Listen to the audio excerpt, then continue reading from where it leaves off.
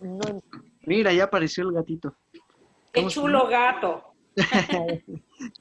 El Lucho, Lucho. Ahorita le vamos a poner a Lucho. Lucho. ahí Ah, está. que Pilar es la feliz mamá Lo de que, Lucho. digo, no te disculpes ni mucho No, es menos. una cosa, es un desastre, pero bueno, No, él quiere yo ser el les primero en digo, la clase. sí, ¿verdad? exacto. Sí, sí, sí. Les digo aquí a mi familia, igual están aquí trabajando haciendo home office. Dicen, no hagas ruido porque están mis jefes, o no digas esto porque están mis jefes. Les digo, estamos en home office y se Exacto, tiene que entender que hay cierto. otras cosas atrás y que no se, ni No modo que no pasa ocurran, nada. ¿no? O que todos estamos compartiendo un espacio haciendo, Además está muy no pasa chulo. nada. No, Gracias. sí, exactamente. Pues bueno, antes de iniciar con la clase, les estoy compartiendo ahí una imagen. No sé si la están viendo ahí Sí, ya todos. se ve. Sí, Ay, donde sale mi foto y todo. Ay. No, sobre todo para que vean, me imagino que esta es la que les enviaste, ¿no, Marco? La Sí, sí, de, sí, la que hemos estado este, viendo. el programa y lo que hemos estado viendo, exactamente. Y justo lo que quiero que noten, que no quiero que se desesperen, ni mucho menos, pero quiero que noten que en estas 4 primeras sesiones, pues hemos visto 2 temas que están ahí marcados. Y no crean que nos vamos a alargar tanto y que todos los demás temas pues se van a llevar 2 y 2 sesiones. Yo Madre mía, 2 temas nada más. sí, exactamente. Pero la verdad es que, bueno, como ustedes saben, pues tengo, o bueno, los profesores, incluso como expositor, me refiero de recorridos, pues vamos viendo un poco cuáles son los intereses y las temáticas y sobre todo, qué tanto tenemos que explicar para que se logre entender lo demás. Con todo lo que creo que hemos visto en estas 4 sesiones, en muchas de las sesiones intermedias, pues no nos llevaremos tanto o más tiempo de lo necesario, de la sesión como tal. Y si lo consideran así, pues bueno, ahorita vamos a empezar justamente con el tema de Cristóbal Colón y las primeras exploraciones del Nuevo Mundo. Hoy terminamos ese tema y la verdad es que las demás nos iremos yendo, ahora sí que es un tema por sesión prácticamente, y nos dará muy buen tiempo para terminar con las 16 sesiones, ¿no? O sea, vamos a buen ritmo y vamos con buen tiempo. ¿Por qué? Pues porque cuando hablemos de Cortés en Veracruz, de México Tenochtitlan, pues ya no nos tomará tanto tiempo explicar otras cosas que ya se explicaron las sesiones pasadas, ¿no? Sino ya nada más ujú, les haré referencia, ¿no? Les preguntaré si se acuerdan, y ya si veo que no se acuerdan, pues les haré examen, como siempre les he dicho, para que se pongan. Buenísimo, buenísimo. Oigan, yo les quería hacer una pregunta a todos, si tienen dudas o algo que hasta ahora quisieran que se aclarara o tal, pues es un buen momento, ¿no? Hoy. Sí, exactamente. Sí, sí, sí, sí, también, ahora sí que todas las dudas que vayan saliendo, como siempre les he dicho, pregúntenlas sin pena, sin miedo, y sobre todo, pues el chiste de esto es que ustedes puedan o que podamos resolver todas las dudas. Como les digo, no las sé siempre todas, pero la mayoría creo que las podría responder, siempre y cuando sean del tema, por supuesto, ¿verdad? No me vayan a preguntar como los niños, que de dónde vienen los niños. Dicen que de la cigüeña y que... Muy bien. ¿Dudas entonces hasta ahorita? Todo claro, dice Thais. Perfecto, conste, ¿eh? Lista Muy para, bien, pues, ¿mandé? lista para el examen, Thaís. Sí, sí, sí. Ah, Thaís se pronuncia, Thaís. Sí. Ahora sí que con acento al final, ¿no? Bueno, así le Thaís. digo yo. Bueno, espero que sí estemos listos para el examen. Qué miedo. Muy bien. Bueno, a ver, ahora les comparto esta de acá. Ahí ya ven todos. Sí, Que ¿Sí? sí hablan. No va a haber examen, no te preocupes, tú tranquilo. Ok. Tranquilo, tú tranquilo. Este, pues bueno, el día de hoy, como les comenté, vamos a pasar al tema de Cristóbal Colón y las primeras exploraciones de América. Y justamente, pues todo esto nos va a servir para entender cómo es que van llegando los españoles, y digo, hablamos de españoles, pero en realidad tenemos que decir los castellanos a América, ¿sí? Como les dije, pues en esos momentos, en 1492, no existía España, lo que existía era Castilla, Aragón, Navarra, Granada, bueno, Granada que en ese momento ya era parte de Castilla, y Portugal. Y en ese sentido, insisto, particularmente los primeros que van a estar llegando a América, bueno, digo los primeros en este periodo, porque como también saben, pues hay muchas teorías de que los vikingos llegaron antes y de que si los africanos cruzaron un poco antes, y bueno, hay bastantes teorías, ¿no? Pero hablando de 1492, van a ser andaluces, sobre todo, mucha gente de Sevilla, del puerto de Palos y Cádiz y toda esa zona, y también de Extremadura, muchos extremeños, ¿de acuerdo? Extremadura un poco hacia la parte, digamos, central, vamos a llamarle de España, si mal no recuerdo. Entonces, esos son los que van a estar arribando hacia acá, hacia América. Pero, ¿por qué se da esto? ¿Por qué se da todo este movimiento que estamos hablando?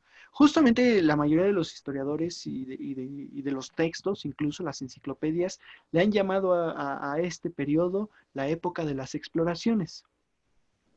Como ustedes saben, pues igual, o sea, bueno, a ver, no sé si les ha pasado, que de pronto la gente que está muy cercana a ustedes empieza a hacer alguna actividad, no sé, empieza a hacer deporte, empieza a salir a correr, a hacer una dieta, o yo qué sé, a estudiar, a una maestría, lo que sea, y como que contagia, ¿no? Al final, es decir, ay, él está haciendo, pues yo también quiero hacer la dieta, porque yo también quiero bajar o subir de peso, o mantenerme, o ser más saludable, o Las ay, yo también. famosas tendencias, ¿no? Exactamente, se vuelven tendencias, ¿no? O que empiezan a comprarse cosas y, ay, pues yo también quiero, y empiezo a comprar y se contagian.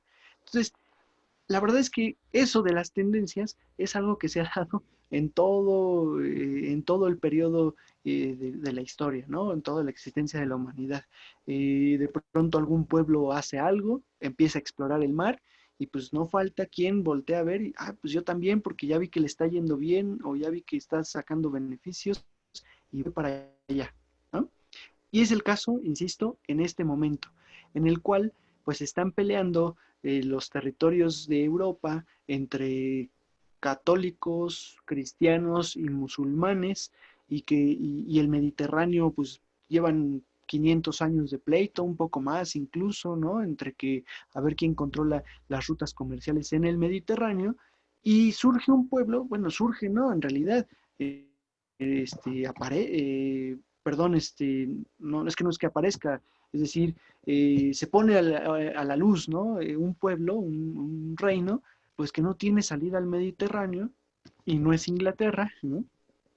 Y que más bien tiene salida al Atlántico, y que pues encuentra que tiene su frontera muy bien protegida, nos referimos a Portugal, tiene esa frontera bien protegida, no necesita preocuparse por aquellos que están del otro lado, y mejor empieza a enfocarse en el Atlántico, en el mar Atlántico, ¿de acuerdo? En el océano, perdón, Atlántico, en este caso, por ser de mayores dimensiones. Y eso pues da pie justamente a empezar a explorar. Ahora, sumado todo esto, también, como les dije en las primeras clases, pues aquí Constantinopla había caído, los turcos que se habían convertido en musulmanes, ¿sí? El pueblo turco así que con turco nos referimos sobre todo al nacionalismo, ¿no? O al territorio del cual provienen, y que cuando se habían apropiado de la región que ahora es Turquía, también se apropian de la lengua y sobre todo de la religión, se convierten en musulmanes. Y al ser un pueblo poderoso, pues empieza a avanzar y a empujar, y corta la ruta comercial en ese lado del Mediterráneo. O sea, los cristianos los cristianos ya no pueden seguir comerciando por ese lado si no es pagando una buena cantidad, porque como les dije, pues ahí pues quien controla la frontera cobra lo que quiere y si me caes mal, pues te cobro más, ¿no? Y como los cristianos le caían mal a los musulmanes, pues por supuesto que cobraban mucho más. Entonces, esto ya no era negocio para los cristianos. Bueno, sí era negocio, la verdad que sí, siempre lo será, porque pues así como les están cobrando traer o llevar productos, pues eso se lo cobran a quien los está comprando, ¿no? Al final ellos no están perdiendo, pero ¿qué tal que siguen cobrando eso y sí y un poco de dinero buscando otra ruta hacia las Indias? Y es lo que se busca particularmente desde Portugal. Ahora, aparece este personaje, no sé si han escuchado hablar de él, el famoso Enrique el Navegante, ¿no? Que le llaman Enrique el Navegante. Él fue hijo de Juan I de Portugal, fue el segundo hijo de Juan I de Portugal, y bueno, al ser el segundo hijo, pues o se casaba con alguna princesa europea y princesa sobre todo que fuera heredera de algún reino para poder reinar como consorte o como rey propietario, o simplemente pues quedaba siendo un príncipe con mucho tiempo libre, porque la vida, la verdad, ahí en ese sentido, pues sí la tenían asegurada en cuestión económica, en cuestión de pues de espacio, dónde estar, dónde habitar. Acuérdense que en la mayoría de los reinos a estos hijos segundos, terceros, pues les otorgaban algún título nobiliario y con ese título nobiliario pues venía una dote y una renta considerable, ¿no? O sea, digo, igual lo tienen presente, por ejemplo, con el príncipe Harry, ¿no? El de Inglaterra. Pues que él sabía perfectamente que estaba en tercer, cuarto lugar en la línea de sucesión y pues aún así tenía su título nobiliario como príncipe, como duque de Sussex, ¿no? Sussex creo que se pronuncia. Y decidió renunciar a él para él poder, entre comillas, pues sobrevivir. Es decir, o sea, para él no sobrevivir, sino para él Essex, mira, ahí Thais nos dice Essex, creo que es. Bueno, el chiste es que pues al final está renunciando a que la corona lo esté manteniendo. Este tal Enrique el Navegante, en su momento, no renuncia a eso, sino al contrario, aprovecha todos esos recursos para explotar la pasión que tenía, es decir, la navegación, la cartografía, ¿sí? La exploración. Esa era su pasión y al final pues tenía todo el tiempo, insisto, no tenía obligaciones con el reino de Portugal. Para ello, miren, Enrique el Navegante, digo, y aquí les tengo el dato, él nació en el año de 1394. 1394. Y funda aproximadamente en el año 1440, 1450, justamente cuando ya está la guerra con los turcos en Constantinopla, funda esta escuela de Sagres, la famosa escuela de Sagres. Sagres es un puerto ahí en Portugal que prácticamente es el más, digamos, el más salido de la península, ¿no? El que queda más alejado y que está más cercano al Atlántico, que tiene la mejor salida por el Atlántico a este océano, por parte de la península ibérica. Y ahí en Sagres, pues Enrique empieza a conjuntar a muchos marinos, a muchos cartógrafos, a muchos estudiosos, científicos, matemáticos, ¿no? De todas nacionalidades y de todas religiones. Y es algo que en gran medida, pues, ahora sí que mantenía con cierto recelo Enrique el Navegante, y sobre todo porque pues también era atacado de vez en cuando por el papado o por los reyes, ¿no? Igual Portugal pues constantemente era atacado por esa situación porque se permitía la entrada a quien tuviera el conocimiento sin poner ninguna cláusula, entre comillas, porque al final de cuentas siempre las hubo, ¿no? O sea, siempre hay este recelo. Esto es importante porque esa escuela de Sagres, para que se den una idea de dónde está Sagres, ¿no? O sea, veamos, pues es la salida al mar, ¿no? Y es donde tienen justamente este contacto con el océano Atlántico. Esa escuela de Sagres, justamente se dedica a generar una flota naval para Portugal, ¿sí? Y a estudiar los movimientos en el mar. El mar Mediterráneo no es un mar fácil para navegar. Sin embargo, lo saben, dicen en esa época que, pues en efecto, el Atlántico todavía era más complicado, sobre todo pues porque es un océano tremendo y más que nada por la ideología de la época, por la idiosincrasia de la época. Como ustedes saben, pues ahora sí que diremos que en los bajos mundos, en la población en general, perdón, la población en general, pues va a tener esta creencia de que la Tierra en el extremo, los barcos caen, los barcos se van al vacío. Digo que la población en general, porque claro que Finisterre, todos ¿no? estos navegantes, ándale, está exactamente el Finisterre, ¿sí?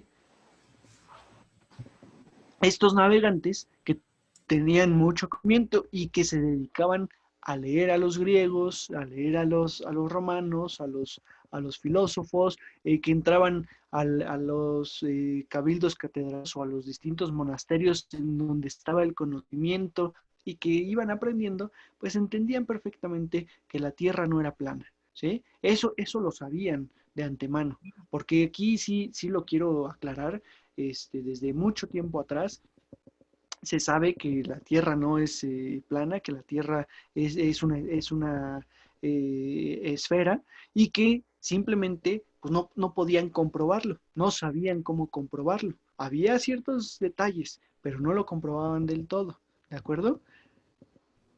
Finisterre, está al norte de la península, dice Ignacio. Ah, sí, la Finisterre, sí, exactamente. Exactamente, que está en el extremo de Galicia, nos comenta aquí Ignacio, justamente. Bueno, el Muchas asunto con gracias. esto, sí, muchas gracias. El asunto con esto, es que, pues todos estos navegantes musulmanes, sobre todo cartógrafos musulmanes, cartógrafos judíos, ¿sí? Que habitaban en la península ibérica, en España particularmente, pero que también provenían de Argel, que provenían de Turquía, de Medio Oriente, pues fueron llegando poco a poco a Sagres y fueron dejando el conocimiento, a la vez que Enrique el Navegante pues iba, bueno, no solo él, porque también decimos que fue él solito, pero, bueno, pareciera ser que fue él solito, pero no, todo este grupo de académicos, pues iban adquiriendo ese conocimiento e iban explorando nuevos territorios. Lo que proponen en otra vista de Sagres, ahí en Portugal, donde está el faro, ¿no? Este es el faro, digamos, lo más al poniente de la península ibérica, lo que queda más al poniente de la península ibérica. Entonces, pues lo que hacen es justamente, insisto, ir explorando la nueva ruta. La propuesta inicial es, ok, el Mediterráneo está cerrado, pero por acá, por el Atlántico, podemos rodear África. ¿Cuál es el detalle? Que África no sabe qué tan extenso es. Existen muchas leyendas donde hacia el hemisferio sur habitan las famosas antípodas.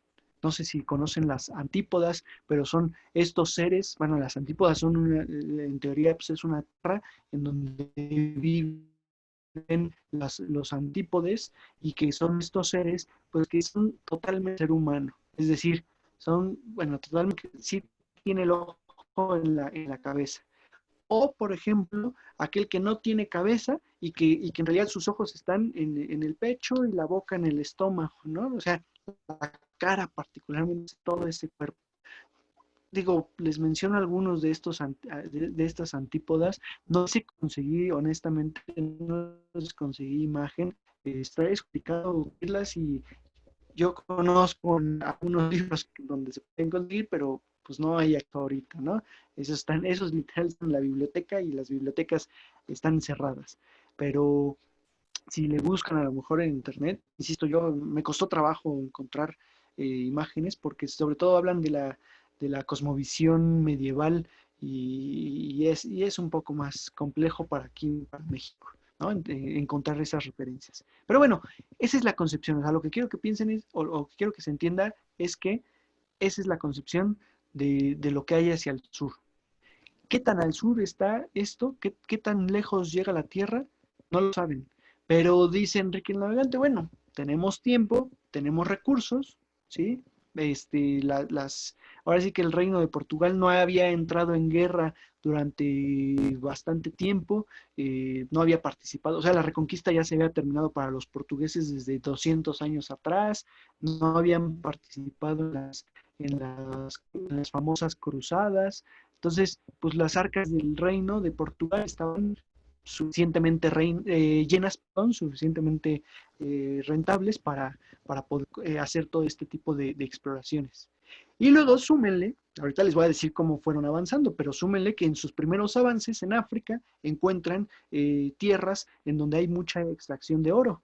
Entonces, pues van llenando mucho más estas arcas y van teniendo más recursos para continuar con sus exploraciones. ¿De acuerdo? Insisto, no nada más creamos que fueron los portugueses los que tuvieron muchos avances en cuestión de navegación, tuvieron que adquirir conocimiento sobre todo insisto, de judíos que iban llegando. Acuérdense que para los cristianos pues, era prohibido leer algunos textos o era prohibido, no sé, hacer avances tecnológicos. Tecnológicos es un decir, ¿no? Porque pues más bien esos se tenían que dedicar sobre todo a las tierras o tenían que descansar muchos días a la semana, tenían que participar en bastantes fiestas, entonces no les era muy favorable la propia religión, cosa que para el judío no ocurría así y sobre todo también, bueno, el musulmán sí también tenía sus detalles en cuestión de festividades y todo, pero también tenía ciertos avances, ¿no? Yo les pongo el ejemplo, no sé si se los platiqué las veces anteriores, pero la medicina. En teoría la medicina para los cristianos, pues no, ahora sí que lo más que podían hacerle al cuerpo humano era abrirles las muñecas para generar, para desangrarlos. En la sangre, pues en teoría se iba el mal y luego intentar sellar esa hemorragia para poder, pues para que sobreviviera el personaje, ¿no? La persona, lo que le llamaban las famosas sangrías, ¿sí? Y eso era lo más que podían. Abrir el cuerpo humano era impensable, era violar la creación de Dios, no se podía. Cosa que los musulmanes y los judíos no. Por eso los médicos más famosos de esos momentos pues son musulmanes y judíos, casi todos, porque no tenían esa restricción, ¿no? Hasta la fecha. Sí. Los judíos, ¿no? Sí, Juan Carlos, ¿no? Que los musulmanes pudieron ser más modernos en el medievo. Sí. Y sobre todo, y bueno, y aquí sobre todo, la verdad es que nosotros nos guiamos, yo creo que a México nos llegan las noticias, particularmente de aquellos pequeños grupos musulmanes que son radicales, ¿no? Y digo pequeños por comparado con la gran población de fieles musulmanes. Pero bueno, pues ahí es otro debate. ¿Qué es lo que ocurre con Portugal? ¿Qué es lo que ocurre con Portugal? Empiezan a utilizar, por ejemplo, el astrolabio. que les llega a partir de todos estos científicos árabes. Y aquí sí decimos árabes, no nada más musulmanes, sino árabes.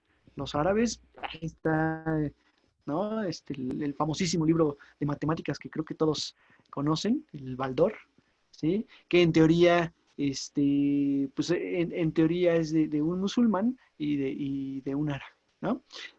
Digo en teoría porque también por ahí hay otros debates.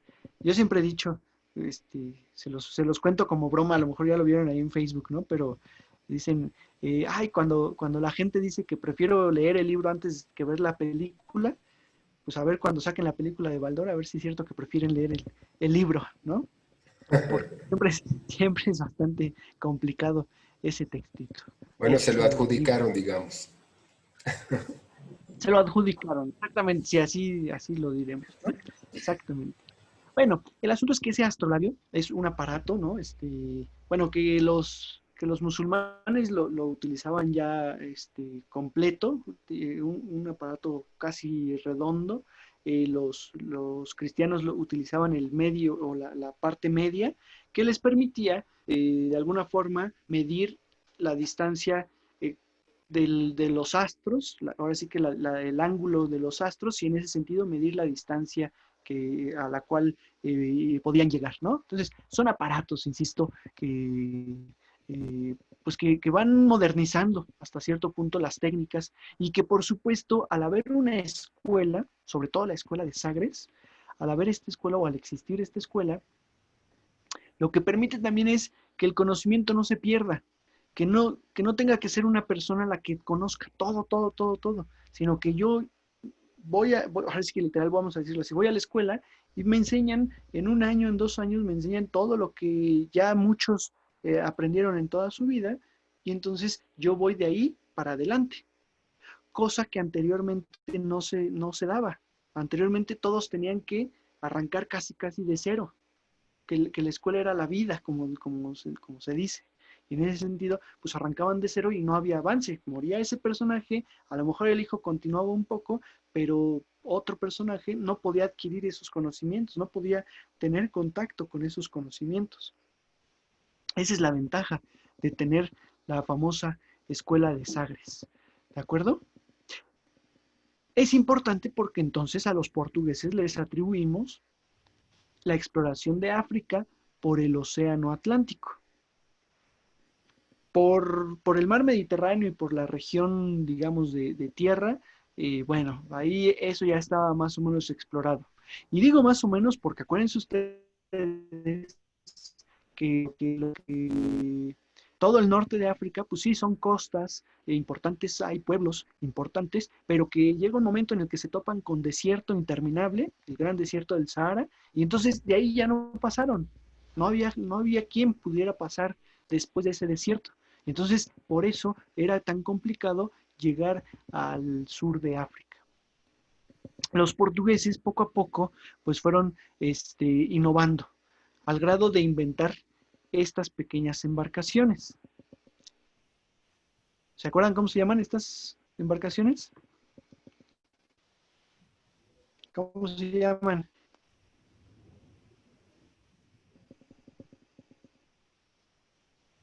Carabelas. Carabelas, exactamente. Las famosas carabelas. Mira que aquí quién contestó. Vamos a ver si le ponemos su estrellita o no. Ah, sí. Thais contestó. Carabelas. Igual que Juan, ¿verdad? No, Cuauhtémoc. Ah, Cuauhtémoc. Ah, perdón. Cuauhtémoc fue el que contestó. Perdón, es que me apareció hasta arriba, Juan. Entonces, Ya. sí, ok. Sí, exactamente. Las famosas carabelas. Que son embarcaciones pequeñas. No pueden trasladar a tantas personas o tanto, digamos, tanto peso, pero que tienen una razón de ser. Resulta que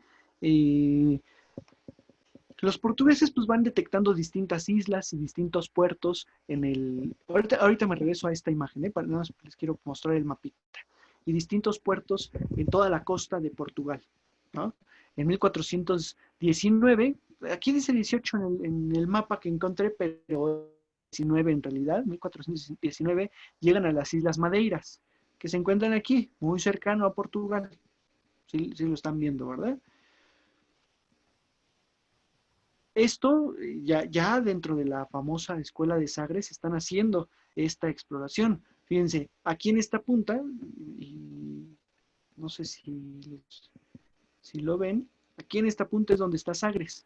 Les digo, es lo más extremo de la península, y lo más al sur, por supuesto, de la península ibérica. Entonces, desde ahí, llegar a las Islas Madeira, pues es una ventaja, porque entonces ya tienen un lugar digamos, un lugar de paso, ¿no? No es el máximo objetivo, pero entonces ya si puedo hacer base ahí y llenar los barcos con alimento, con agua y todo ello, pues son menos días los que tengo que ir viajando con estas reservas. Es decir, desde Portugal hasta las Islas Madeira, pues viajaban con ciertas reservas y de Madeira en adelante, pues ya se reabastecía.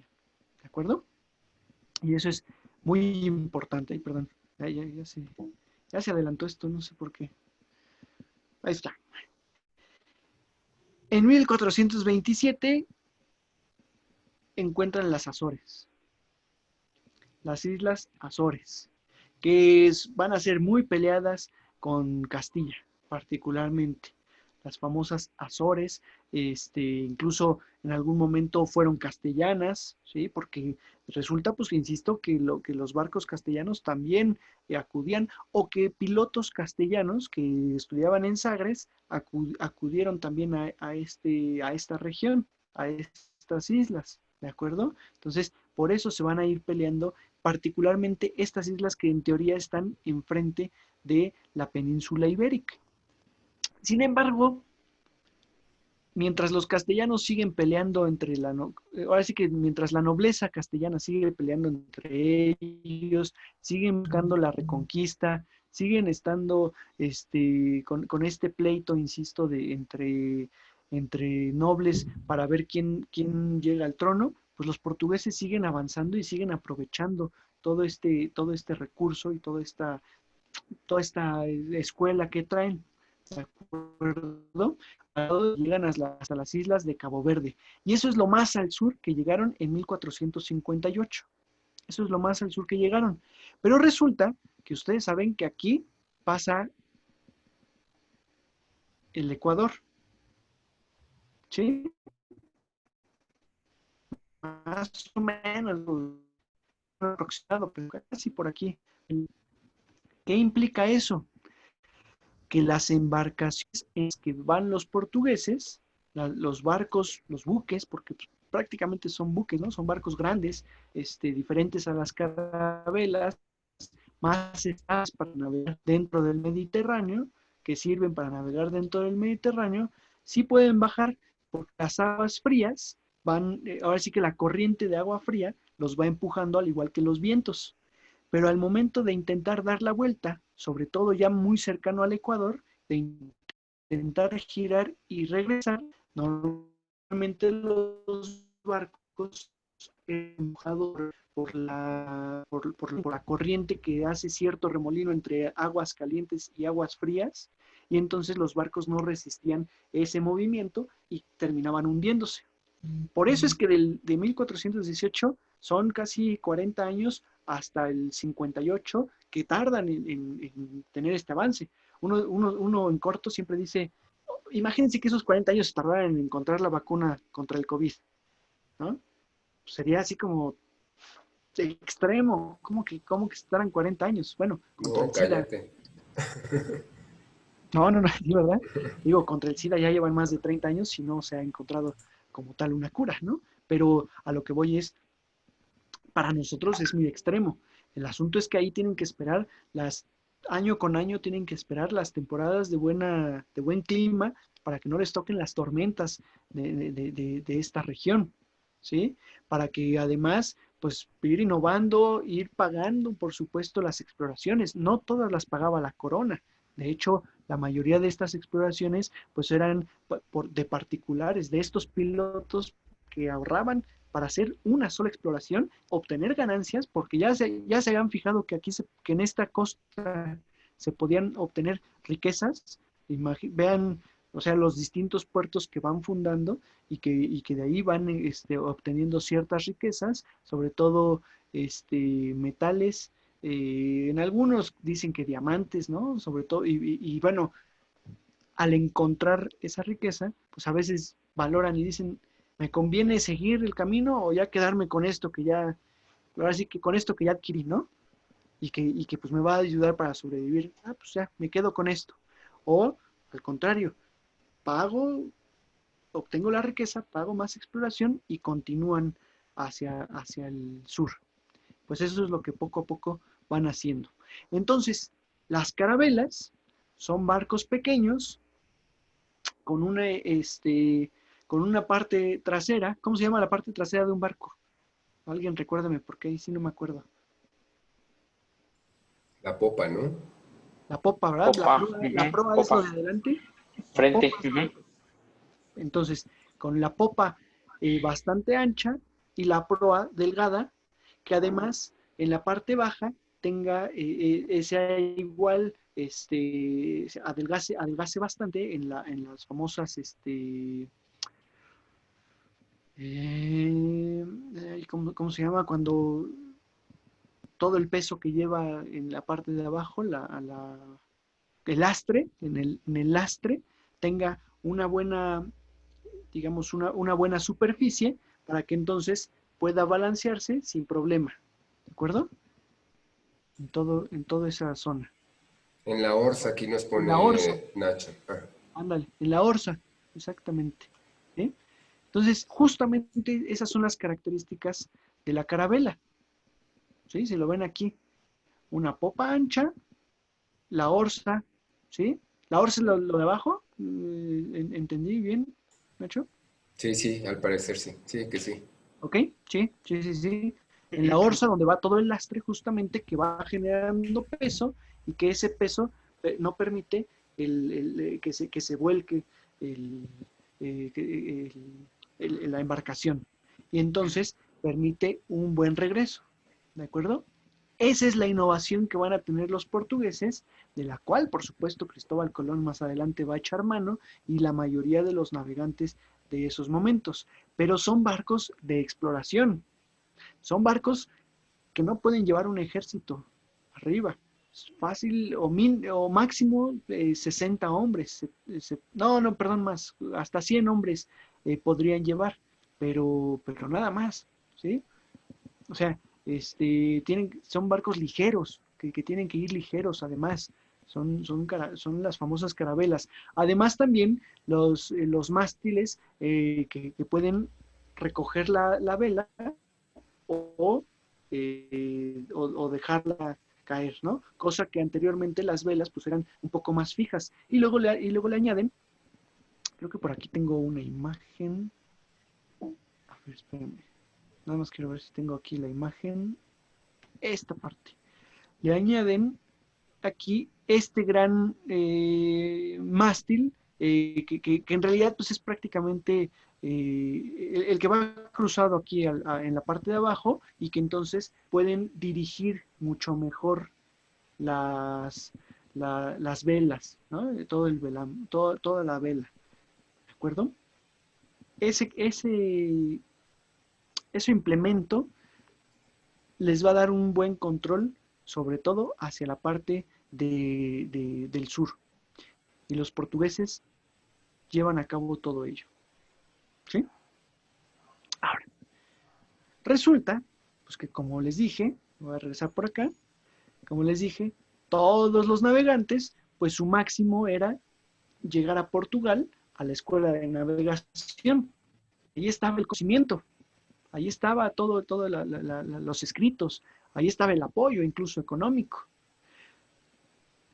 De Cristóbal Colón ustedes van a encontrar demasiadas biografías, van a encontrar muchísima información, ¿no? Se han hecho bastantes trabajos de este personaje.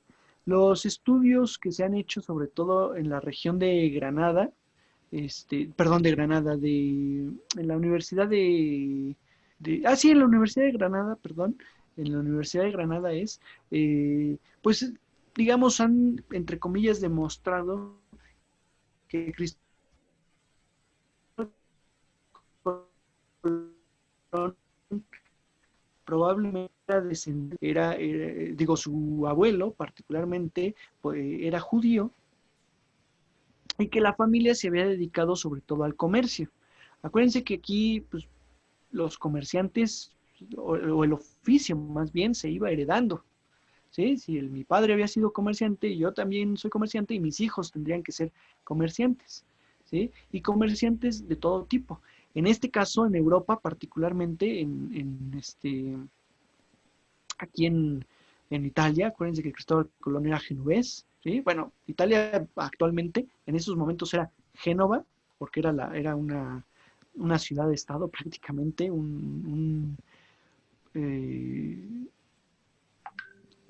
espacio independiente, vamos a llamarle así, ¿no? Génova, rival constantemente de Venecia, eran los dos rivales en cuestión de marinería y sobre todo de comercio del Mediterráneo, de donde surgían los máximos, entre comillas, comerciantes y navegantes de esa región. Pues bueno, Génova, Cristóbal Colón, al ser genovés, pues se dedicaba junto con toda su familia, en un principio, a comercializar. Un sector de la familia, vamos a llamarle, digo, ahorita le estoy poniendo ahí algunos detalles, pero por ejemplo, el tío con su familia nuclear era el que se dedicaba a trasladar los barcos hasta Medio Oriente o hasta Constantinopla. Ahí en Constantinopla ya venían los comerciantes de Oriente que les vendían los productos y a los cuales les vendían otros productos que ellos mismos llevaban. O sea, acuérdense que ahí era un intercambio de mercancía. Este tío, por decir algo, llevaba el producto a Génova y ahí acababa su función. Él únicamente se dedicaba al comercio marítimo. Luego, por decir algo, otro tío o el padre de Colón se dedicaba a llevar a cabo toda la manufactura con esos productos, porque venía el producto, pero venía la seda, venía, no sé, las telas, los diamantes, venían las especias en bruto. Había que fabricar algo con ellos para poder venderlos después. A eso se dedicaba la familia nuclear que vivía en Génova. Y luego había otra familia, hermanos, primos, yo qué sé, que se dedicaban a llevar este producto al resto de Europa, a las ferias en el norte, en Alemania, en Francia, en lo que ahora es Polonia, por poner los ejemplos, ¿de acuerdo? Entonces, eran grandes familias y a eso se dedicaba Colón. Colón era, sobre todo, de la parte de los navegantes, igual que su padre, ¿ok? Entonces resulta que a Cristóbal Colón le llegan unas cartas de navegación, o eso es lo que él dice, porque a la fecha las cartas que fueron presentadas en España eran cartas falsas, cartas de navegación. Literal, pues eran mapas en donde se decía cómo iban las corrientes, o donde se podía decir que había, ¿no? Que estaba muy bien trazada la tierra, o no sé, en ciertas cartas de navegación podían ir innovando en el más allá, vamos a decir, en el más allá de la tierra conocida. No me refiero al más allá espiritual, sino en el más allá de la tierra conocida, ¿de acuerdo? Y eso es en lo que está innovando Cristóbal Colón, Cristóforos Columbus, ¿de acuerdo? Que será su nombre, ahora sí que es la pronunciación genovesa. Con estas cartas, proponiendo que se puede llegar a Oriente del otro lado, o sea, ahora sí que rodeando. ¿Por qué? Pues porque los griegos ya habían dicho que la Tierra era una circunferencia y en ese sentido, pues podían rodearla, ¿no? Y eso es lo que Cristóbal Colón. Simplemente, con esas cartas, llega a Portugal. A Portugal, ya Enrique el Navegante ya había muerto en 1480, aproximadamente 1479, perdón, es cuando llega Cristóbal Colón a Portugal. Llega con Juan, no, perdón, el rey es el rey Juan II. con el rey Juan II, y entonces le propone pues que financie la expedición y que él le traerá esa ruta para Portugal y para que Portugal pueda explotar esa ruta hacia las Indias. ¿De acuerdo? ¿Qué es lo que le contestan? Bueno, a ver, pues igual sí puedo creer porque suena bonita la experiencia, pero ¿dónde están las fuentes? ¿En dónde está, en qué sustentas tu teoría? O tú, ¿no?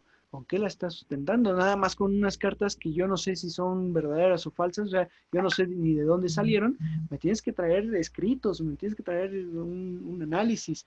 Y sobre todo, como que aquí en Sagres tengo la mejor escuela de navegación en donde están los mejores pilotos, los mejores cartógrafos, y a nadie de ellos se le había ocurrido lo que está diciendo Cristóbal Colón. Y no es que no se le ocurra porque porque no sabían que era redonda, sino por lo complicado y las distancias, sobre todo. No había una certeza de qué distancia tendría la circunferencia de la Tierra. ¿De acuerdo? O sea, particularmente es por esa situación. Cristóbal Colón pues no logra, ahora sí que él lo que alega es sobre todo la confianza, ¿no? Sobre todo alega que pues que simplemente confíen en él les va a responder y él les va a decir, y él va a llevar a cabo esta expedición, pero pues no es suficiente, no es suficiente para el rey Juan II, ¿de acuerdo? Y entonces es cuando Cristóbal Colón decide acudir a Castilla. Ahora, Cristóbal Colón era un hombre hábil, en ese sentido sí era hábil. ¿Por qué razón? Porque entendía la situación política del momento, ¿no? Entendía que Portugal y España y Castilla pues estaban enemistados, aunque ya habían firmado la paz, estaban enemistados porque acuérdense que Portugal quiso imponer a Juana la Beltraneja en el reino de Castilla. ¿Se acuerdan que lo platicamos en un primer momento? Y entonces que si Portugal no lo apoyaba, Castilla lo iba a apoyar simplemente por el hecho de ir en contra de Portugal, de lograr, digamos, lograr ganar una ruta diferente a Portugal y entonces competir en ese sentido, ¿de acuerdo? Y en 1482 decide acudir al reino de Castilla con los reyes católicos, Isabel y Fernando, en ese momento, para solicitarles el apoyo para esta ruta. No es fácil, no es que, o sea, Cristóbal Colón era un comerciante, no tenía ni título de nobleza, no tenía ni riqueza, incluso porque si hubiera tenido riqueza, pues él mismo se financiaba la expedición. Entonces, no es fácil llegar a que les den cita con los reyes, a que se pueda entrevistar con los reyes. Piénsenlo aquí en México, a ver, entrevístense con el presidente. O sea, no, sea quien sea, no es sencillo, no es que ahorita agendo algo, ¿no? Y rápido puedo platicar con él porque tengo una super idea para el gobierno. Pues no, o sea, la verdad es que eso es complicado. Más aún en esos momentos. La gente no conocía a los reyes. Esa es una ventaja perdón, y hago el paréntesis, es una ventaja que Isabel la Católica utilizó, que normalmente los reyes estaban en sus castillos encerrados y la gente no los conocía más que en las monedas, porque en las monedas iba grabada la cara de los reyes. Entonces ella salía a las distintas ciudades a mostrarse en público para recibir ese apoyo. Es lo mismo que ocurre en otros lados, ¿verdad? Pero entonces, Cristóbal Colón le cuesta mucho trabajo. Sin embargo, pues por supuesto que no intenta llegar directamente a los reyes. Primero va con gente cercana a los reyes, con la cual tiene más fácil acceso. Estoy hablando de Hernando de Talavera, el segundo confesor de la reina católica, de la reina Isabel. Hernando de Talavera, que fue después también el arzobispo de Granada, cuando se conquistó Granada. Hernando de Talavera, también de ascendencia judía, pues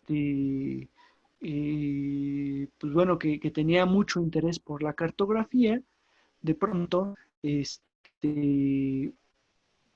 decide apoyar a Colón y le gestiona una entrevista con Isabel Fernando. Aquí también hay otra mujer, pero híjole, ahora sí me da pena porque no conozco el nombre de esta otra mujer, pero también es la institutriz de los Hijos de los Reyes Católicos. No recuerdo el nombre, pero bueno, también es muy importante ella porque también ahora sí que orienta a Cristóbal Colón cómo acercarse a los Reyes Católicos y cuál es el punto importante. ¿Sí? ¿Por qué digo esto? Cristóbal al principio va con la idea de ofrecerles la ruta comercial para adquirir muchas riquezas y para poder traer las especies a Europa y a España. Pero le dicen, no, espérame, con Isabel, con Fernando tal vez funcione, pero con Isabel no tanto. Con Isabel lo que va a hacer es, ¿cómo vas a hacer que llegando a Oriente se pueda conquistar esas tierras? Oriente, y recordemos que para ellos significa chinos, indios y musulmanes, ¿de acuerdo? O sea, eso es lo que ellos conocen de Oriente, que existe, bueno, mongoles también, ¿no? Pero pues van, así que vamos a decirlo, van en el paquete, pero eso es lo que conocen, y no son cristianos. Entonces, llegas allá, conquistas e impones la religión católica y en ese sentido expandes esta religión. Eso es con lo que convence a Isabel la Católica. ¿De acuerdo? Ahora, sí, va a tener ahí su entrevista.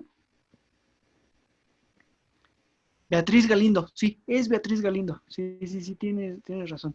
De hecho, digo, y la verdad es que yo les soy honesto, la mencionan muy poco en los dos. Por ahí yo ya encontré varias referencias y bueno, por eso no la tengo tan presente. Pero últimamente, la verdad es que en estos últimos años que se ha intentado exaltar mucho más la figura de la mujer en la historia del mundo, pues se han puesto a buscar los historiadores referencias a mujeres que hayan estado en el gobierno, en el poder, o que hayan sido universitarias, por ejemplo, en Europa, ¿no? Entonces, Beatriz Galindo es esta mujer. Sí, es ella. Gracias, Juan. El asunto con esto es que pues le dicen los Reyes Católicos en una de las primeras entrevistas: ok, suena un poco descabellada la misión, pero sí queremos apoyar. ¿Cuál es el problema? Mira, nos dice Juan, perdón, nada más por leer el comentario, nos dice Juan que Beatriz Galindo era sabia, o bueno, sabía, ¿no? Aquí lo pone, pero pues era muy sabia en cuestión de latín y gramática. Y que es con lo que, por cual contratan para los Reyes Católicos. Si los Reyes Católicos mencionan a Cristóbal Colón, pues es más importante esto que ahorita está, porque es la reconquista directa contra musulmanes, que algo que puede ser incierto, que no tienen certeza de que pueda ser verdad.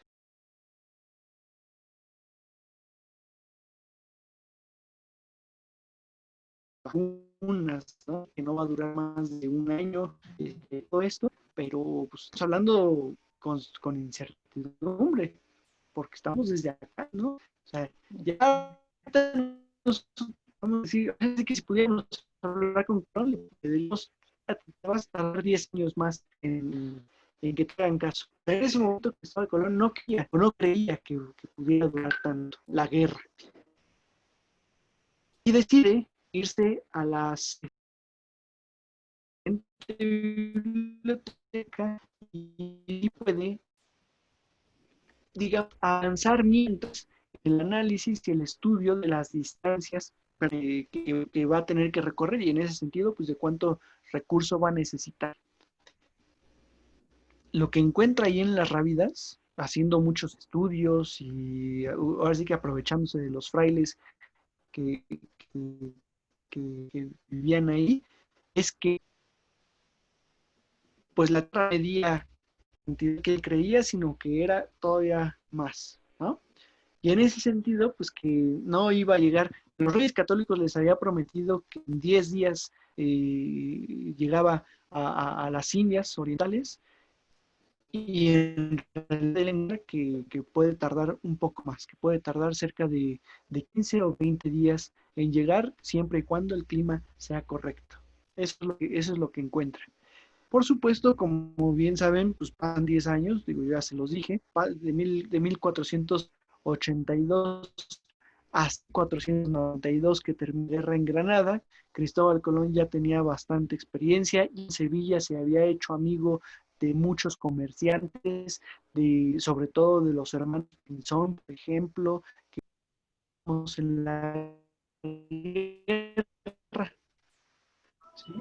Motín que hayamos aquí, pues también los otros perdieron todo ese dinero, entonces ya no tenemos con qué, pero el apoyo de la corona y el nombre de la corona lo tienes. Dice Cristóbal Colón, no se preocupen, yo conozco acá, acabo de conocer a los Pinzón que también quieren participar, a Juan Niño, y por supuesto que eso.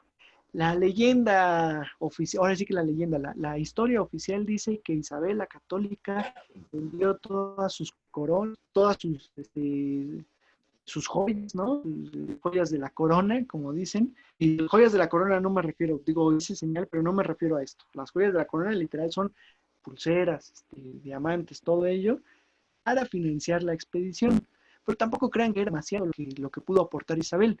Ahora, ¿por qué los reyes católicos aceptaron? Pues porque si Cristóbal Colón llegaba, en nombre de la corona, ganaban ese territorio y esa ruta. Si no llegaba y algo le pasaba, pues ellos no perdían nada, en realidad, ¿sí? O sea, porque pues, iba muy poco dinero invertido por parte de la corona ahí. Entonces, pues, tenían muchísimo más que ganar que lo que podían perder. Por eso deben aceptar los reyes católicos. Y empieza esta edición.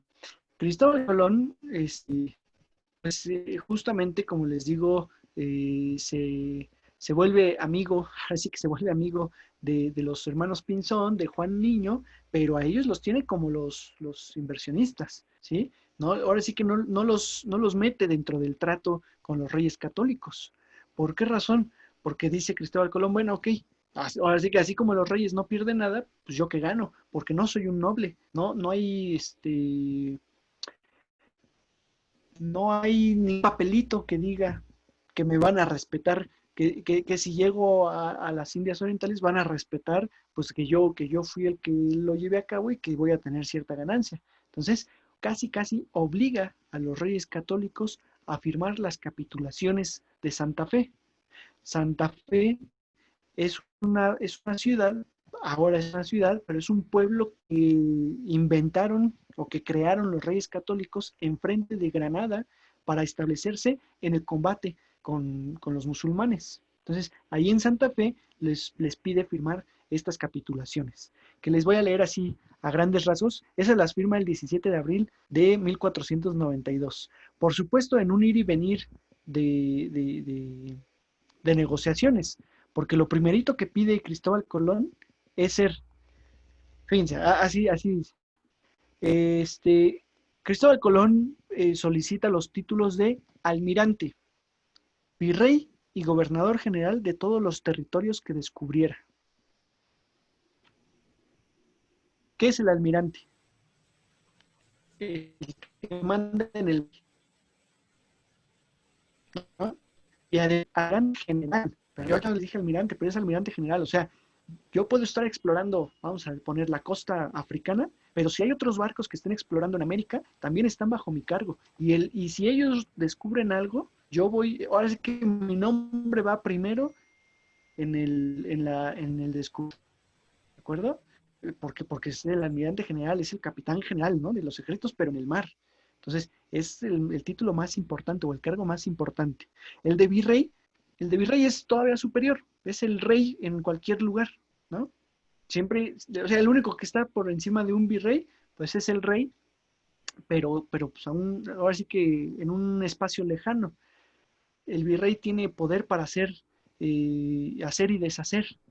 El virrey normalmente en esos momentos, bueno, siempre en realidad, era el noble más importante, el noble de mayor confianza para los reyes. Noble de sangre. Como que Cristóbal Colón le pedía todo gobernador general, pues impartir, ¿no?, el gobierno. O sea, simplemente en realidad el título de gobernador general va dentro del de virrey. Aquí lo está desglosando, pero van dentro. O sea, el de virrey abarca todo esto. A lo que voy es, Cristóbal Colón solicitaba mucho a los reyes, demasiado. Y pues los reyes lo primerito que le dijeron es, no. Perdón, porque para esto eran esos 3 títulos o cargos, además del diezmo de todas las mercaderías que hallasen y ganasen, y sobre todo de la mitad de las riquezas en cuestión de comercio interno. O sea, estaba, digo, no sé, depende de la perspectiva, ¿no? Si lo pensamos desde la perspectiva de cómo funcionaban las cosas en ese momento, Cristóbal Colón estaba abusando demasiado de todo esto. Si lo pensamos desde la perspectiva de todo lo que ganaron después los españoles, pues era lo justo. O sea, Cristóbal Colón exigió lo justo y a ver qué era lo que se iba a encontrar. Entonces, bueno, pues aquí nada más se los dejo al costo, ¿no? A lo que llegaron es, ok, virrey, almirante y gobernador, eso se los acepto, o se lo aceptaron los reyes católicos. La 10ª parte, pero no la mitad de todas las riquezas, la 10ª parte en cuestión de comercio España, o en España Oriente, y la 10ª parte además del comercio local, ¿de acuerdo? O de las tierras conquistadas por Colón, entre comillas. Y se lo aceptan los reyes. Son capitulaciones, o así se han considerado. Unas capitulaciones en realidad tienen un rigor jurídico incierto. Algunos los han considerado como un contrato, que aún un contrato ni el rey ni el papa, entre comillas, pues lo puede violar, ¿no? O sea, es un contrato y está la firma del rey y se tiene que respetar. Pero otros lo han considerado como una merced. Una merced es algo que el rey otorga, o que el noble, pero bueno, en este caso el rey otorga, pero que también el rey puede quitar a sus anchas. O sea, no tiene que pedirle permiso a nadie. Y en ese sentido, pues de ahí dependerá después cómo van a ser tratadas estas capitulaciones. Porque ahorita les digo por qué. Bueno, esta diapositiva ya la vimos, ¿no? Sale Cristóbal Colón del puerto de Palos el día, ay, no tengo el día, ¿alguien sabe cuándo sale del puerto de Palos? Sale en agosto, si mal no recuerdo. Sí, ahorita lo aparece, pero sale en agosto de 1492, si mal no recuerdo. De aquí del puerto de Palos. Por supuesto, del puerto de Palos, lo primero que hace es acudir a las Islas Canarias. Como les dije, lo que de las Madeiras eran para los portugueses, las Canarias eran para los españoles. Una base para continuar. Aquí muchos dicen, algo ya sabía Cristóbal Colón porque buscó la mejor ruta. No es lo mismo salir de Palos derechito que bajar lo más cercano al Ecuador, aunque es más extenso el trayecto, pero las aguas lo llevan con mayor velocidad, entre comillas, ¿sí?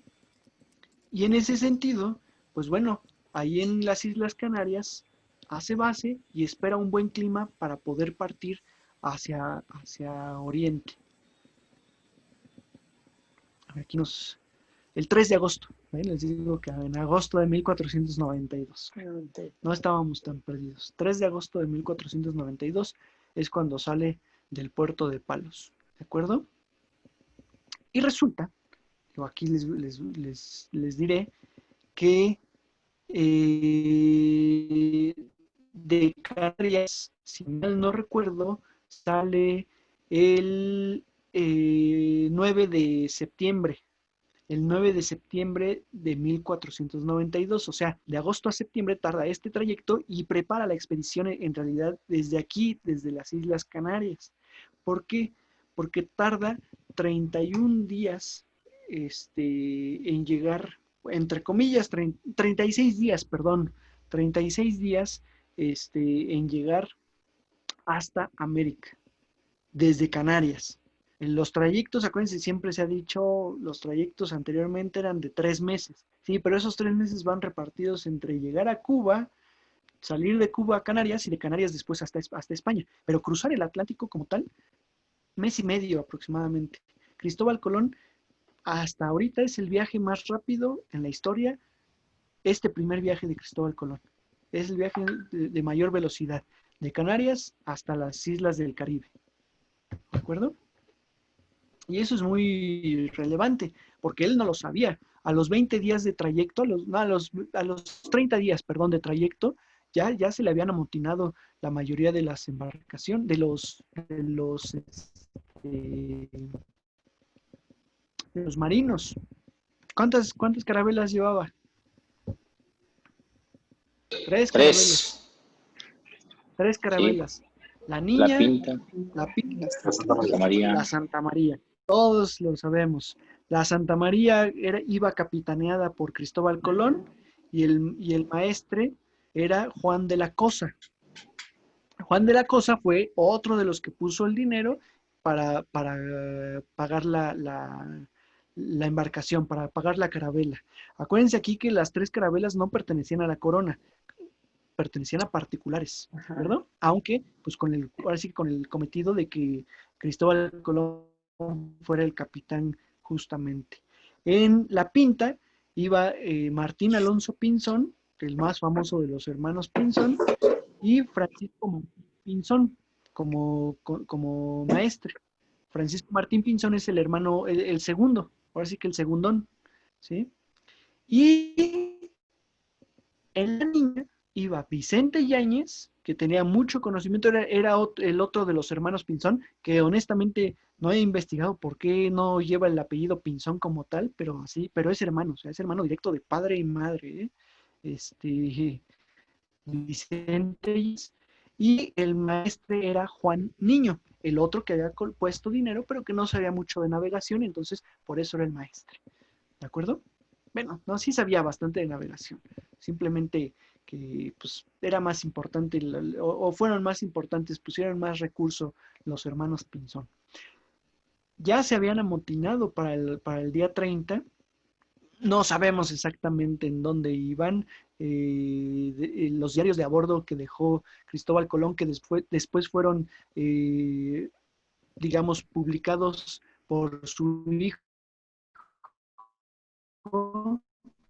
y editados por Bartolomé de las Casas. Estos 2 personajes fueron los que después publicaron el diario de a bordo y que sabemos qué pasó cada día, ahora sí que día a día en este trayecto, ¿no? Pero lo que ocurre es que ahora sí que el 12 de octubre de 1492, como todos sabemos, este personaje, ¿cómo se llamaba? El que grita tierra a la vista. Rodrigo de Triana, acuérdense, Rodrigo de Triana, que es el famoso que ve que en teoría siempre se dice, ¿no? Fue el que vio por primera vez tierra americana. Entonces, este personaje, Rodrigo de Triana, grita tierra a la vista, y entonces Cristóbal Colón pues, casi se voltea con los marinos y les dice, ¿qué ole? ¿No les dije que iba a haber tierra? O sea, tenían que aguantar tantito, tenían que esperar, ¿no? No era para desesperarse tanto.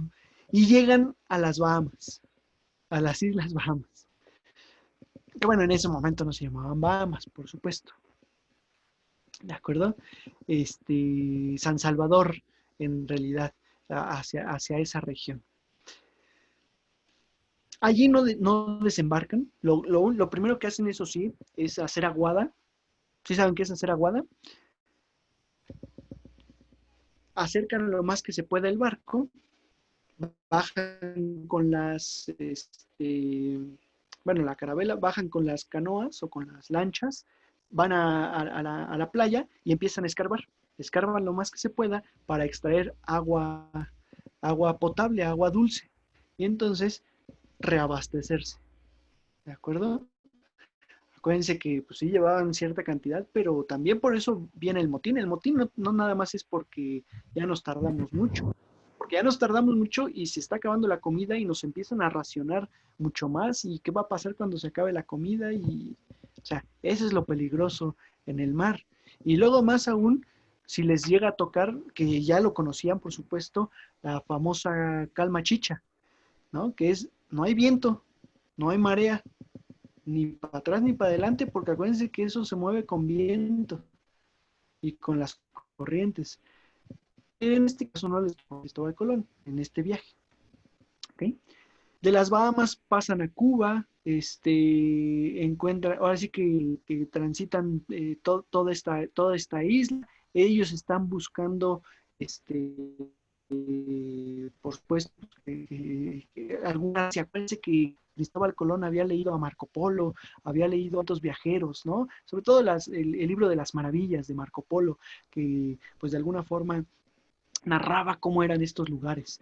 Entonces, pues no está encontrando lo que Marco Polo está diciendo que existe en estos lugares. Pero bueno, pues al menos hay tierra. En Santo Domingo es donde deciden fundar la primera, ahora sí que la primera colonia, el primer puerto, vamos a llamarla así, que sí es la primera colonia, pero no por gusto. En todos estos lugares habían bajado, pero no, o sea, su viaje era de exploración. Entonces no iban para conquistar, no tenían soldados, no tenían tantas armas, no convenía entrar a la selva porque pues, no sabían qué se iban a encontrar, pero al menos ya sabían que había algo, que habían estado. Llegando a Santo Domingo hacen lo mismo, bajan a la costa, se establecen un pequeño tiempo, o sea, estamos hablando de días, 5 o 6 días, y resulta que en los barcos siempre se tenía que quedar alguien para cuidar. Pues el vigía del barco de la Santa María de pronto se queda dormido y el barco lo empieza a mover la corriente y encalla. Y entonces, pues ahora corran todos los demás marinos a rescatar los productos que ya llevaban ahí, a rescatar a los marinos que se habían quedado, a los pocos marinos que se habían quedado, y dejar perder el barco de la Santa María. Y entonces, como ya no tienen una embarcación, además, perdón, uno de los hermanos Pinzón, Francisco Martín Pinzón, se había rebelado y había ido a explorar por su cuenta. Digo, por su cuenta es un decir porque pues andaba en la zona, ¿sí? O sea, sabían perfectamente en dónde andaban, pero pues no estaba a un lado de Cristóbal Colón. Entonces, pues simplemente la única que quedaba era la embarcación, la Pinta, ¿no? La embarcación de Colón. Rescatan y esos marinos que iban en la Niña, pues se tienen que quedar establecidos en el Fuerte de Navidad. Fuerte de Navidad porque justamente fue un 25 de diciembre, el 25 de diciembre de 1492. Los deja ahí, que se establezcan, que hagan una especie de colonia o que inicien una colonia en lo que él regresa a España por más recursos. Porque resulta que si hay tierra y que si hay ruta y que entonces necesita recurso y gente. En enero de 1493 regresa a España, Cristóbal Colón. Y el regreso también fue rápido. Y aquí es donde decimos, pues igual sí sabía mucho más de estos espacios Cristóbal Colón, porque qué casualidad que decide subir, ahora sí que decide ir más al norte para emprender el regreso, emprender el tornaviaje, sabiendo que las aguas de este lado van, ahora sí que al contrario, entre comillas, ¿no? O sea, Cristóbal Colón agarró bien las rutas marítimas, las corrientes, y no creo que haya sido casualidad, ¿verdad? Y muchos historiadores no creen que sea casualidad. No hay forma de comprobar porque pues no hay algo que diga que Cristóbal Colón exactamente conocía al pie de la letra este tipo de rutas. Ya me estoy apurando, me estoy apurando. Estoy viendo la hora porque Sí nos queda ya poco tiempo. Llegando a las Azores, pasa por las Azores, de ahí parece que una tormenta lo desvía y resulta que arriba a Portugal. Vamos a creerle a Cristóbal Colón. Digo, vamos a creerle, aunque siempre dicen piensa mal y acertarás, ¿no? Pues va a Portugal como diciéndole, bueno, tú tienes más dinero, tú sí tienes recursos, pues cómprame la ruta. Aunque yo ya negocié con los reyes católicos, tú puedes pagar mejor. Pero pensemos lo que dice Cristóbal Colón en su diario de a bordo. Lo desvía la tormenta y estando ahí, pues no se aguanta las ganas de presumirle al rey Juan II que lo que él no quiso apoyar, ahora los reyes católicos lo van a obtener, ¿no? Y que lero, lero, cantilero, ¿no? Le dice casi, casi. Ahora te quedaste sin nada. Y sin embargo, pues igual el rey Juan de Portugal empieza, espérame, ¿no? Pues no te vayas, aquí somos cuates, a ver qué encontraste, qué viste. Y le empieza a contar entre comillas, no le suelta las cartas de navegación, pero sí le cuenta hacia dónde va. Y de ahí, cuando los reyes católicos se enteran que está en Portugal, mandan por él inmediatamente y así que lo rescatan de los portugueses, valiéndose de la alianza o del tratado de paz que hay entre Castilla y Portugal. O sea, que permitan que el navegante continúe su camino hasta Castilla y Portugal no se pudo negar. Le reprimen mucho esto a Cristóbal Colón y sin embargo, pues bueno, le creen todavía en ese primer momento.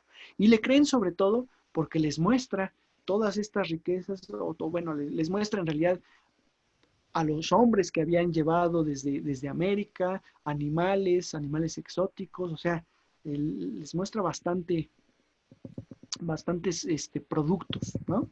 Y entonces inmediatamente a los reyes católicos les brillaron los ojitos y le ordenan preparar la siguiente expedición casi inmediatamente, ¿sí? Claro, Cristóbal Colón no sale en esos momentos, todavía tarda y sale hasta junio de 1493 en esa segunda expedición. Pero ¿por qué sale hasta esos momentos? Perdón, miren, aquí está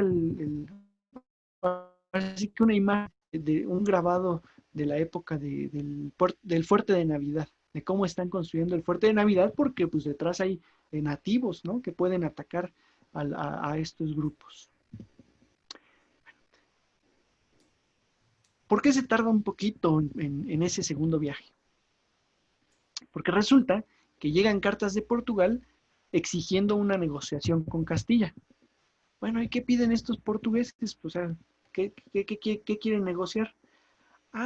Pues que resulta que cuando se firmó la paz entre Portugal y Castilla, en cuestión me refiero en el conflicto con Juana la Beltraneja, se había acordado que los castellanos ya no iban a reclamar las Azores, que los portugueses ya no iban a reclamar las Canarias, pero que aquí, en Cabo Verde, un poquito más arriba, en las Islas Canarias, hacia arriba, se iba a trazar una línea de la cual solo los portugueses pudieran explorar hacia el sur. Es decir, que la ruta de África era para los portugueses, pero como la línea era infinita, porque pues no sabían, en ese momento no sabían qué había del otro lado, pues les dicen, y tu almirante acaba de violar esa línea y acaba de hacer exploraciones por debajo de esa línea. Entonces, pues o negocias o me das las cartas y yo soy el único que puede llevar a cabo.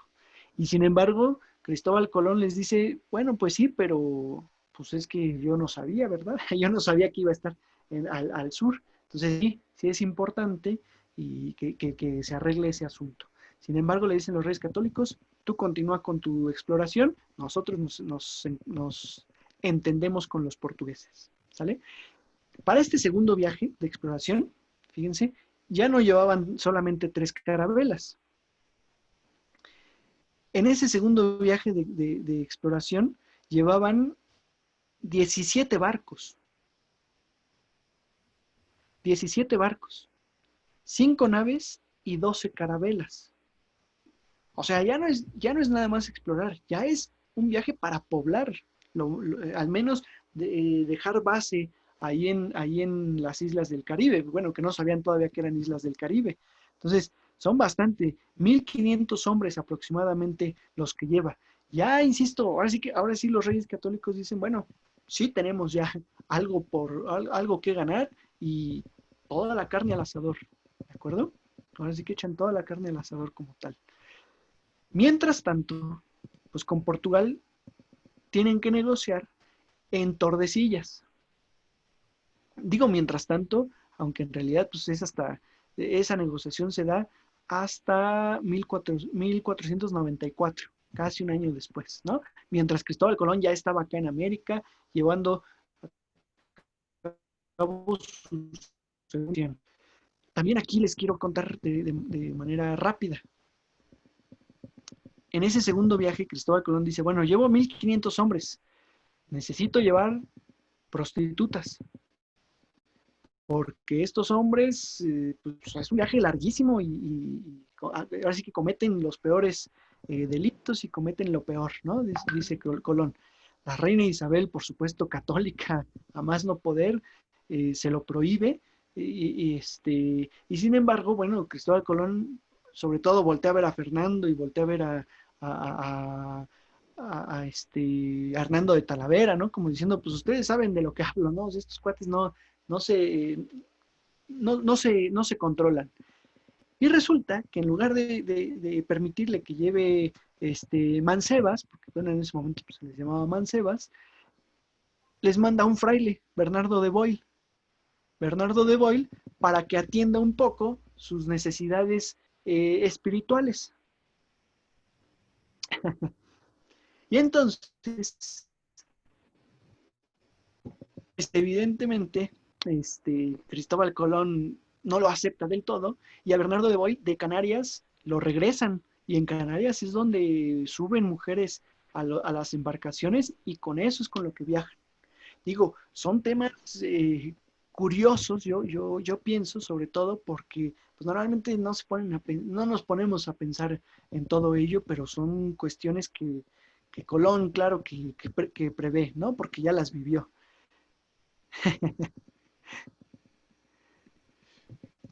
Exactamente, como dice Juan. Muy bien. Entonces, negociando ya de este lado en Tordesillas, en 1494, negociando acá en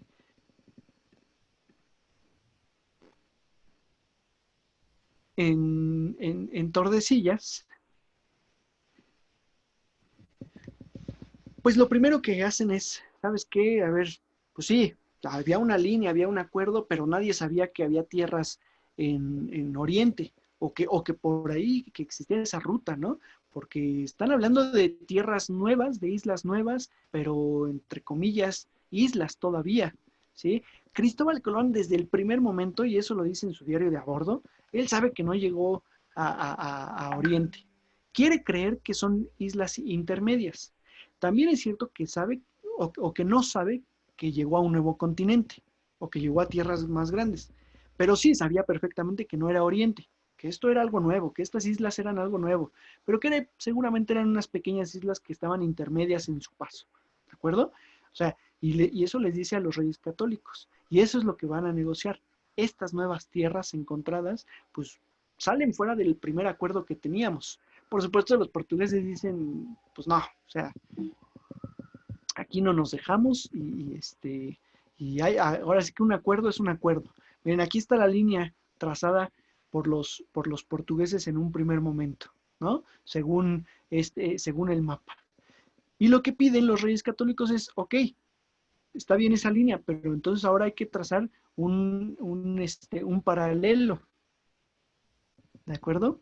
Hay que trazar una línea que vaya paralelo, perdón, un meridiano, ¿no?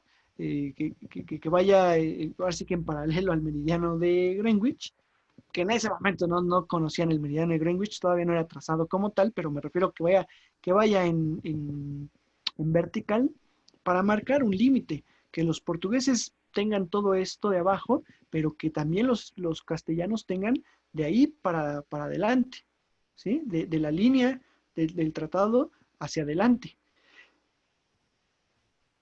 Cristóbal Colón les había dicho una cantidad, 20,000 leguas, vamos a ponerle, ¿no?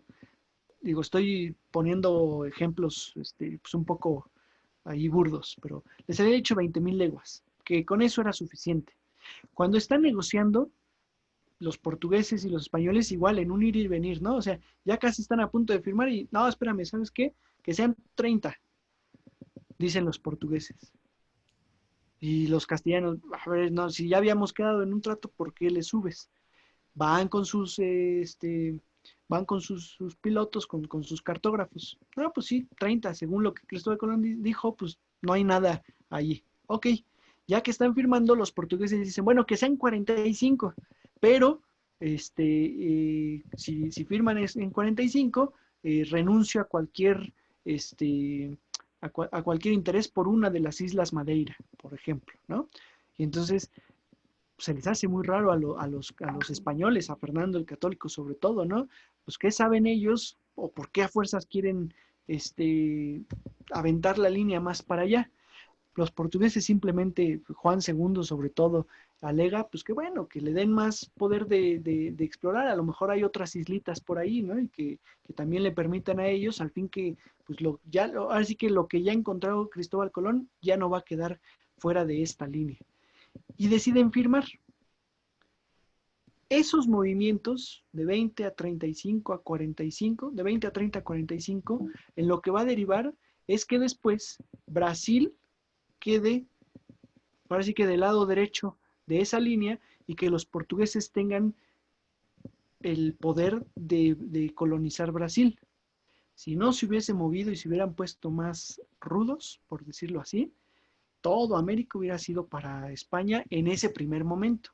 Porque pues después va a venir el pleito con los ingleses o con los franceses, ¿no? Como que Portugal y España se pelean, se reparten el mundo y a dónde dejan a los demás reinos.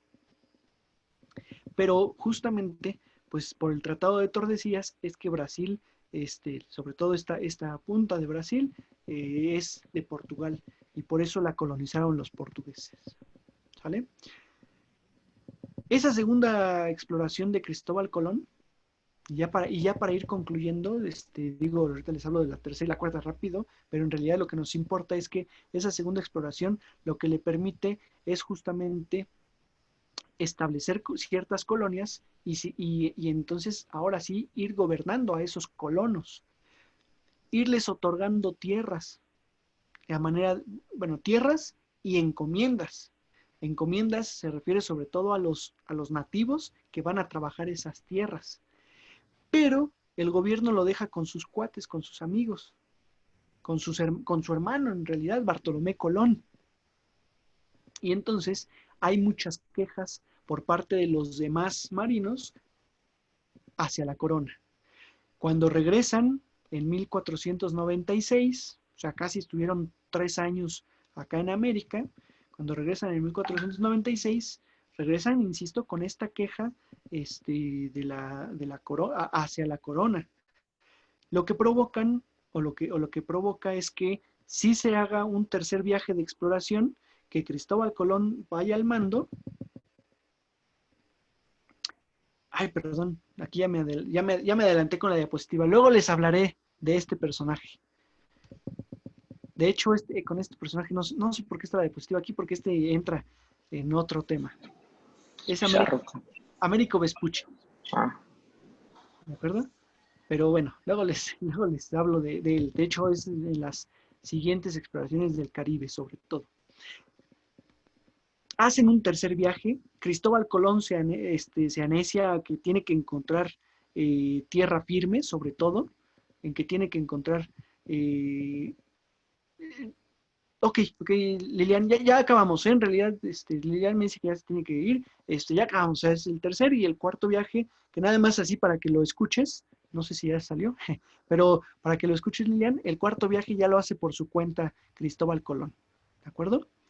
¿Por qué razón? Porque, bueno, en este caso se anecia Cristóbal Colón a que tiene que explorar mucho más, lo acusan, los reyes católicos envían a un personaje para que revise cómo está, cómo va la colonia, y les dice pues que el almirante y gobernador y virrey pues abandonó las tierras, está perdido. Cuando regresa y pisa la isla de Santo Domingo, lo encadenan y se lo llevan a España. Y llega a Castilla encadenado, ¿sí? Con los grilletes. Por supuesto que la reina dice, bueno, ¿cómo se atreven, no? O sea, encadenar al virrey es como atacar a la corona. Eso es impensable. Pero cuando escucha todo lo que hizo Cristóbal Colón, el mal gobierno, era muy buen almirante, pero era un mal gobernador. El mal gobierno que está llevando a cabo en estas tierras, decide quitarle el título de virrey y gobernador, anular la merced, porque para los reyes católicos las capitulaciones eran una merced, y entonces empezar ahora sí que permitir que más exploradores vayan a América. Cristóbal Colón, con toda la riqueza que había adquirido, todavía se financia un cuarto viaje, en el cual, pues hasta donde sabemos, toca las costas de Centroamérica, simplemente explorando. Nunca encuentra lo que él está buscando, que es Oriente. Sí sabe que son otras tierras, pero él sigue necio en que necesita encontrar Oriente, y regresa a España para morir en 1506. ¿De acuerdo? Y hasta ahí llega esos viajes de Cristóbal Colón. Por supuesto, de 1493 a 1506, pues todas las exploraciones, o sea, hay otros hombres que, bueno, ya van viendo que esto es otra cosa, que hay más tierras, que hay más nativos, que hay que se puede hacer colonias, que se puede hacer una nueva vida. Pedro Mártir de Anglería, por ejemplo, llama a esto el Nuevo Mundo. Pedro Mártir de Anglería es un marino que además pues fue, ahora sí que cronista, y él ya llama el Nuevo Mundo a todas estas tierras, y él participa, perdón, desde el segundo viaje de Cristóbal Colón. ¿De acuerdo? Y es el que narra mucho de lo que van encontrando. Hay una crónica muy bonita de Pedro Mártir de Anglería, publicada por el Fondo de Cultura. ¿De acuerdo? Un comercial. Un comercial. ¿Dudas hasta aquí? ¿Dudas, preguntas? Preguntas, comentarios, aclaraciones. No, ¿Nadie? gracias, como siempre, interesante. Solamente una pregunta para recapitular. Sí. ¿Nos puedes mencionar como los puntos principales que se tocaron en el primero, segundo y tercer viaje? Primero que has contado Santo Domingo, el cuarto que estás mencionando como la costa de Centroamérica. Me perdí en el tercer viaje, sobre todo Venezuela. Tocan Venezuela. Insisto, o sea, uno dice, tocan Venezuela, sí, pero todo es por... El Golfo de Paria, placa. ¿Mandé? El Golfo de Paria. El Golfo de Paria. Lo que es un viejo Golfo de Paria.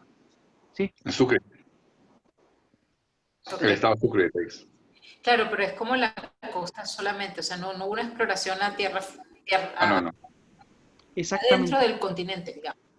Sí, exactamente. O sea, no, es más, sí desembarcan, por supuesto, para estar en la playa, pero no entran, nunca ingresan a tierra, ¿no? ¿Por qué? Pues porque, insisto, no llevan hombres y no llevan esa intención. O sea, ahí es por el mar encontrar y cartografiar, o sea, porque lo que van haciendo también es cartografiando todo lo que van viendo, para ver a dónde están llegando o qué es lo que están viendo, ¿de acuerdo? Okay. Y en el número 2, disculpa. Y en el 2, en realidad son las islas únicamente.